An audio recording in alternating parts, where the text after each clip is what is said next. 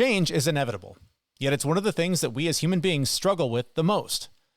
In today's episode, we'll share some of the major changes we've experienced in our lives and 4 things you should know to help you manage the stress that comes along with any change in your life.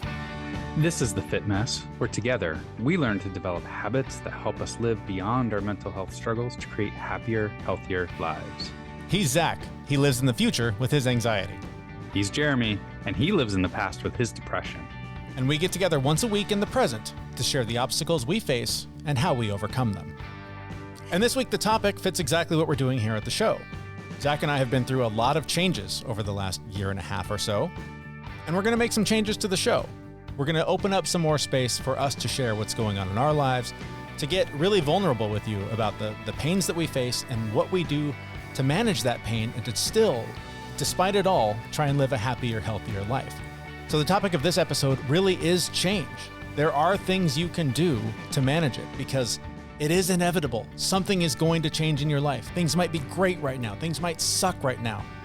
The good news in both cases is that it's going to change. But the way you manage it, the way you respond to it, is the critical difference between thriving and being overwhelmed by it.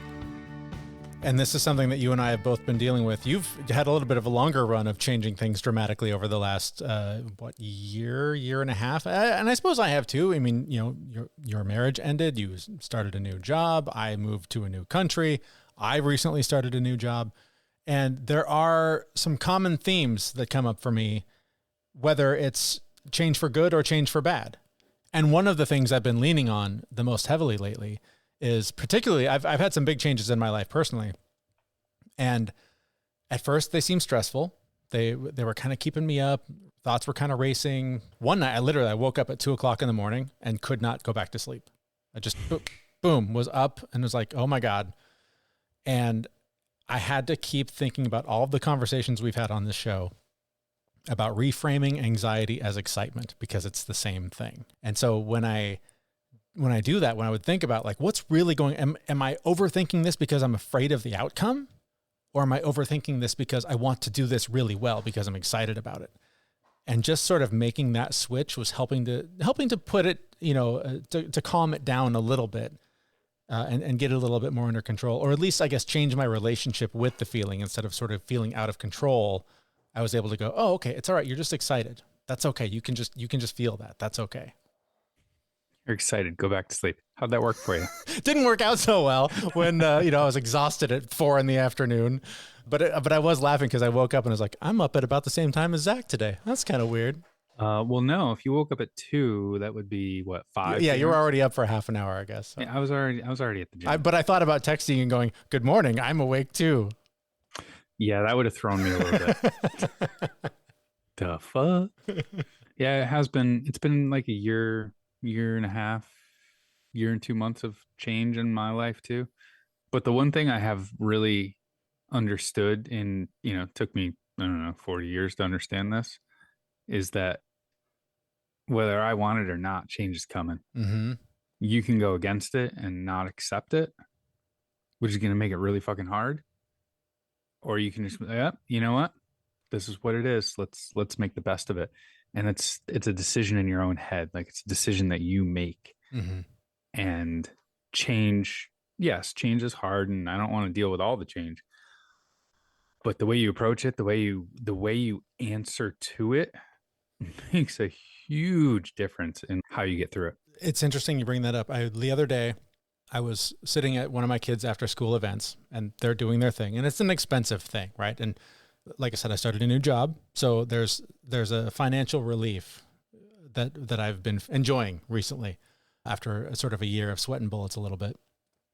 But I sat there thinking about all the things my family's done in the last year and a half, literally immigrating to a new country, selling our house, getting our kids into new schools, starting new jobs, all this stuff. And I flashed back to a year and a half ago, standing on the porch 2 doors down from where I live now, looking out at nature and going, my life is here. I want this to be how I live my life. Mm-hmm. And all of the steps that I took, every mountain that had to be climbed, every path that had to be paved, led me to that moment at my kids' after school event. And I was overcome with emotion that I would describe as pride, joy, satisfaction. And it was one of those moments where I looked back and just went, I built this. I manifested this that morning, looking out at nature on the porch, and went, I want this. And I got to work building it.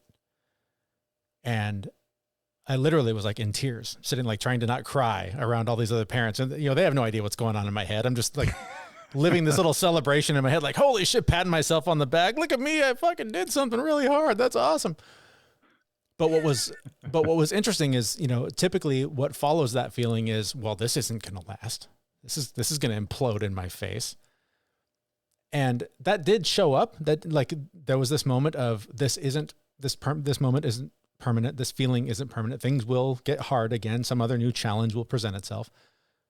But instead of like going and like letting that extinguish the flame, it let it burn a little brighter, because I was like, none of this is permanent. So when I have this, soak it up, like just feel the shit out of that, because it's going to get hard, and, depression's going to kick in at some point, or some bad thing is, of course, something bad is going to happen. Everything changes. It's inevitable. So enjoy this. And it was just such a refreshing feeling. I don't remember another time really being able to have the two conflicting thoughts or feelings about this is awesome, but it's not going to last, and having it feel good instead of just feeling like, oh, well, give up on this happiness because this is going away soon. It's very interesting. You said, so two things. Your change would have happened faster had you cried in front of the other parents, because you would have been the weird guy. Exactly. Yes. But so can I just say I told you so? Sure. Go for it. I got it. I know how much you like to, so go ahead. Because for how long have I been telling you, like, glass is half full instead of half empty? And that's like exactly what you just described. Like, yeah, there's some open space here, but look at how full the first half of the glass is. Yeah. Right. That's a huge shift. But I think because I grew up in a family where scarcity was sort of the mindset. And so that was what I've lived with, is that like, I don't have enough. I'm not capable of, that's for other people. I'll never achieve. And I literally at 45 years old, rebuilt my lifestyle, my home, like everything. We want this to be something else. What do we want it to be? How do we get there? And now, the confetti's flying. And I know I've accomplished things, right? I know I've done things in the past, but normally I can dismiss them as, oh, well, I knew somebody that got me in, oh, my job gave me access to this thing. Like, I could always dismiss it as something outside of myself. But I feel like this is the first time, maybe ever. No, that's not true. Outside of having my kids. Although, let's be honest, Cheryl did all the work. I was going to say your part in that was very, very small. Very small. Was small and, was gone in an instant. Yes. But the same is true here, right? Like, I have the support of my family, and my kids have gone along for this crazy ride, all this stuff. But I feel like this is maybe the first time that I can feel like I set out to do something, and it worked. Literally every box checked. Yeah. And that's something to be really proud of. I mean, what you did took a lot of courage, and you went into it like eyes wide open, like, I'm making this change, I'm doing this thing, and you should be really proud of that. And I think, for me, I've got almost a different story where I've had a couple of moments like that about myself, like that I've made this change. As you mentioned earlier, like, my marriage ended last year, and being back on the dating scene, like, I've had to tell my life story a couple of times to ladies that I've been on a date with. Yeah. And while my life story has been very, like, for me, it's normal, right? It's like, that's just how everyone was raised. We both know that's not true. And it was a very traumatic childhood. It was very different, very repressed, all these messages that were given to me as a child. And like getting through like my 30s and like even like through my divorce, and like, I had that moment, I think I told you about, like, standing in my kitchen one day of like, holy shit, like look at all this stuff that I did to get out of like, everyone thought I'd be dead or in jail. Look at everything I did to get out of that, to be successful, to be where I am. And where I came from was the fucking gutter. Yeah. So I've had those moments of like looking back too, where like it wasn't an active change. Like it was just, this is how my life has happened. And I told you that story. I was standing in my kitchen and like brought me to tears, just like being like, oh my God, I am like, good looking and smart and intelligent and capable and all of these things. And I just believed the opposite. Yeah. It's amazing those moments where you do overcome all of that programming and realize you're capable of maybe more than you ever even thought. Yeah. And even after you've done things and you're looking back and you're like, oh, I did do some stuff, and you don't realize it in the moment. Yeah. It's time to revolutionize your daily nutrition routine. AG1 is your all-in-one solution, providing the nutrients your body craves without filling up your cabinet with tons of different supplements. And AG1 comes in a delicious, refreshing flavor that will leave you wanting more. Simplify your routine, satisfy your taste buds, and give your immunity the support it deserves with AG1. Learn more by clicking the link for AG1 on our website and in the show notes for this episode at thefitmess.com. So both of us have been through a whole lot of change. Some of it kind of happened to us. Some of it we just fell into. But I know both of us now in our lives, we really do work to actively manage the change that happens in our lives and have it happen in a positive way, whether it's negative or positive change. So, that we don't lose our fucking minds when the inevitable happens. Yeah, yeah. So we have 4 things for you that we hope you'll take away from this episode that will help you manage the stress that comes along with whatever change is thrown into your life or that you willingly bring into your life. And I'm actually going to skip ahead to number 2 because I feel like it's more powerful. Number 1's really obvious. We'll get to it in a minute. But number 2, I know, out of order, is really just feeling the feelings that come with it, really allowing it to happen. And there's lots of ways you can do that. You can journal about it. You can talk to your therapist. You can talk to a family member. Just talk to somebody who will create space, who will allow that to happen. Or in the case of this episode, perhaps talking to a good friend of yours and just complaining about all the struggles that you've been through and really celebrate how you got through it and got to the other side. To me, that's what this episode's been all about, is just being able to share with you, Zach, my friend, about changes that I've been through, some of the pains that have come with it, but the inevitable, I believe, success that's on the other side of it, or perhaps even the lesson, if it's not a success, that there's always something good, I think, that can come from whatever change is thrown into your life. Yep. And as an example for me, when my marriage ended, I think I've told you, like I had 3 days of feeling the feelings, and I really, really, really focused on feeling those feelings and just remembering number 2 that you went with number 1. Now you're confusing me though. But feeling those feelings for 3 days, like, and 3 days is not, the number of days I chose to feel the feelings. That's just when it ended. I felt the feelings and I was like, okay, now I'm ready to move on. So it is really a critical part of it. That was I don't know how that's a fucking magic trick that you pulled off. That was something unlike anything I've ever seen in my life. But okay, let's go back to number 1 on the list. And that is just, it's so simple. And that's why I skipped it, but it's just accepting it, right? Something's going to change. If things are great right now, great. Feel that too. That's okay. But know that, that's going to change. If things suck, if you're in the middle of a shitstorm right now, good news, it's going to change. So if you can just start to sort of create that space in your life and allow for whatever you're feeling now is fine, because it either sucks and it's going to pass, or it's great and something's going to challenge it. So just be aware, allow that to be a part of your experience. So I kind of like number 3 though, tragedy and comedy, like all change, positive and bad.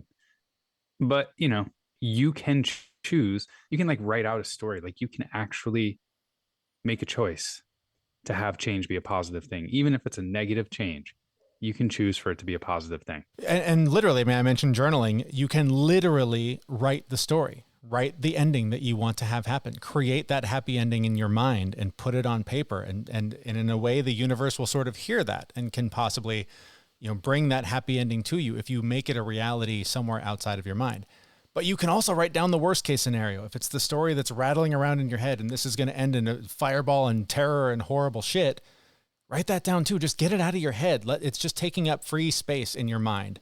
So put down both stories.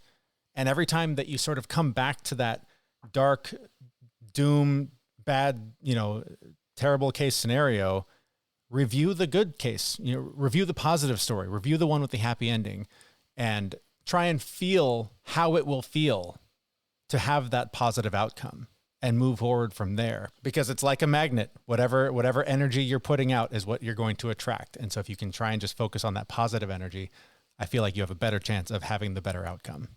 And number 4, this one's near and dear to my heart, because not only for just change, but for just general life, it's better self-care. I know for me, when I am working nonstop and I'm not taking the time to go to yoga or go to the gym or just take 10 minutes to breathe or meditate or eat the foods that I need to eat to be healthy, I'm not okay. And when that inevitable change comes and I start feeling the feelings and I start writing down my story, it instantly becomes a tragedy. Mm-hmm. But when I'm taking care of myself, like my body is primed to be able to deal with this and be able to write the comedy or, write the better story out of it when it does come. I don't know if that's the same for you or not, but that's me. Yeah, and I'll go back to the analogy that we made on a previous episode about the champagne fountain, right? If you fill that thing up on the top, all the glasses are going to get full. And when the bottle's empty, your glass is still full and everyone gets what they need from you. But if you start at the bottom and you hope that there's enough left by the time you get to the top, most of the time, I think you're going to find that your glass is pretty empty and you're not going to be very much fun at the party. I'll tell you that much. See, that's why I don't even fill anyone's glass. I just drink right from the bottle. Just straight out of the bottle. Just forget everybody else. All of this, and particularly, Zach, you were talking about just strengthening for the bad times. That reminds me of the conversation we had with record-breaking weightlifting champion Chris Duffin. It was episode 98 of our show. And he made the analogy of the strongest trees with the deepest roots are the ones that have withstood the strongest winds. And so every time that the storms come and challenge you, it's just strengthening you for the next one. And so again, whatever challenge you may be facing now or preparing to face, it's only going to sharpen your blade and make you stronger for the next. And you have to lean into that training and recognize that you are getting stronger, because it's so tempting to feel beaten down and weakened by it over and over again. But every one that you get through makes you stronger for the next one. Yeah, I try and look at everything as an opportunity to strengthen myself for the next time. All right, well, there you have it. Thank you so much for listening. If you do want to check out that episode with Chris Duffin, I think that there is a lot of lessons about strength and resilience. Again, that's episode 98. We'll link that here in the show notes for you. And while you're checking out the show notes, jump over to our Facebook group. There's a link there. We would love to have you be part of the community where we challenge each other to show up, to be vulnerable, to hold each other accountable for whatever goals we're trying to chase. The link to that is in the show notes for this episode, again, at thefitmess.com. Thank you so much for listening. We will be back next week with a brand new episode. See you, everyone. We know this podcast is amazing and doesn't seem to lack anything, but we need a legal disclaimer. Prior to implementing anything discussed in this podcast, it is your responsibility to conduct your own research and consult your physician. You should assume that Jeremy and Zach don't know what they're talking about, and they're not liable for any physical or emotional issues that occur directly or indirectly from listening to this podcast.